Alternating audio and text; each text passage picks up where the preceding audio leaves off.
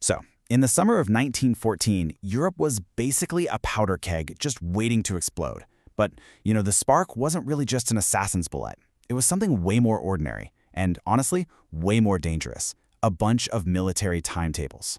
Today, we're going to dig into how one plan in particular, Germany's infamous Schlieffen plan, was designed for a super quick victory, but instead, it helped lock the entire continent into a catastrophic 4-year war. Right, let's really get into this, because that's the big, weird paradox we're looking at. I mean, these were strategies cooked up by some of the most brilliant military minds of the time to keep their countries safe. But they came from this place of deep fear and intense nationalism, and that created this rigid, unstoppable machine that just marched everyone, step by step, right into the fire. All right, so here's our game plan for seeing how this all went down. First, we'll look at the mindset across Europe before the war. Then we'll zoom in on Germany's very specific problem.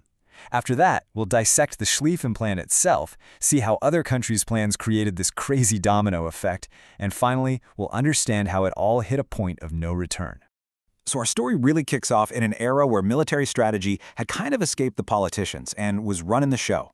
In the halls of power all across Europe, the conversation was way less about negotiation and a lot more about who could mobilize their army the fastest. The thinking behind it all was pretty simple and pretty deadly. The first nation to get all its troops and supplies ready and strike a blow would win. That's it.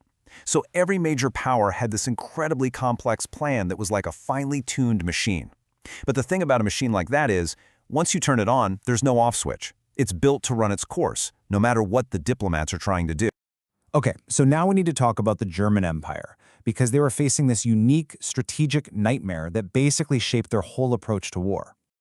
You really just have to look at a map to get Germany's biggest fear. To their west, you've got France, still furious about losing a war back in 1871 and desperate to get its territory back. And then, to the east, you've got the massive Russian Empire. People called it the Russian steamroller, with what seemed like an endless supply of soldiers.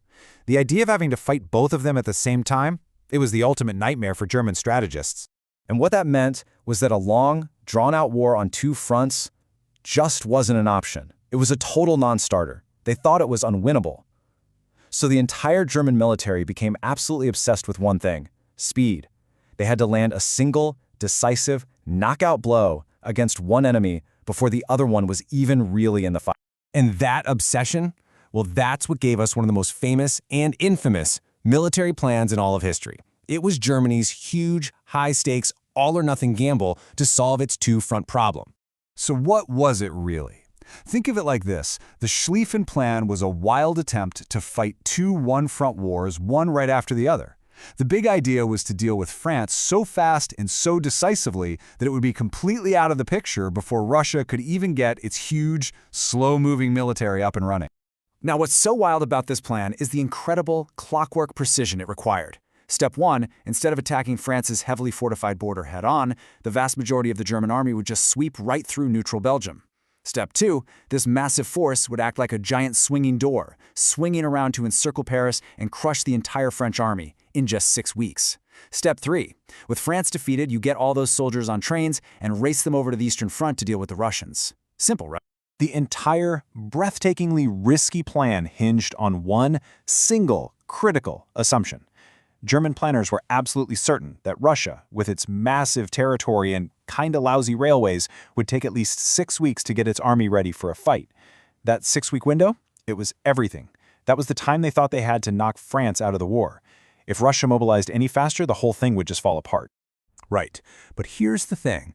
Germany wasn't making these plans in a vacuum. Every other major power had its own timetable, its own fears, its own ambitions, and all together, it created this fragile, interlocking system of military triggers just waiting to be pulled. So, just across the border, France had its own thing going on, Plan 17. It was all about this philosophy of pure offensive spirit. They called it élan. The plan was basically for a furious, all-out attack to take back the lost provinces of Alsace-Lorraine. It was less of a detailed strategy and more of a national mood, this belief that French fighting spirit could just overcome anything. And ironically, this plan to just charge straight ahead played right into what the Germans were expecting. And here is the fatal flaw in Germany's logic. While Germany was betting everything on Russia being slow, Russia had actually spent years, with a lot of French money by the way, upgrading its railways specifically to get its army moving faster. Their plan was to put pressure on Germany's lightly defended eastern border way sooner than the Schlieffen plan thought possible. So you see, the timetables were already on a collision course. But there was another huge problem with the German plan. And this one wasn't just strategic, it was moral and political. To work, it absolutely required the German army to march through Belgium. This wasn't just a clever move on the map. It was a flagrant violation of an international treaty that had guaranteed Belgium would remain neutral for almost 100 years. And this is where the plan completely and utterly backfired. The invasion of what the papers called poor little Belgium was the tripwire. For Great Britain, it was just an intolerable act. It threatened the balance of power in Europe, and it gave them the perfect reason to declare war on Germany. All of a sudden, Germany's brilliant plan had done the exact opposite of what it was supposed to do. It brought the mighty British Empire into the fight against them. So this all brings us to the final, fatal piece of the puzzle. In the crisis of July 1914, while all the diplomats were scrambling to find a way out, the military timetables just took over, creating this momentum that nobody, not even the kings and emperors, could stop. We have to really get what mobilization meant back then. It wasn't just getting ready. Because of all these complex, interlocking plans, the second a country started mobilizing its army, its neighbors saw that as an act of war. It was like pushing the launch button. For Russia to mobilize was a direct threat to Germany. For Germany to mobilize meant launching the Schlieffen Plan. There was simply no going back. And that's the ultimate tragedy here. The assassination of an archduke in Sarajevo was a political crisis. It was something that absolutely could have been solved with diplomacy. But once the first country started to mobilize, the dominoes just started to fall, all according to these scripts that had been written years before. The generals told their leaders, the plan cannot be stopped. The timetables are already in motion. It was an engine that, once it started, drove Europe straight into total war. And that leaves us with a really chilling final thought. The Schlieffen Plan is this stark reminder that sometimes the most detailed preparations we make for a crisis can be the very thing that makes that crisis completely inescapable. It really forces you to ask, when we create plans that are so rigid that they get rid of diplomacy, flexibility, and any other choice, have we already sealed our own fate?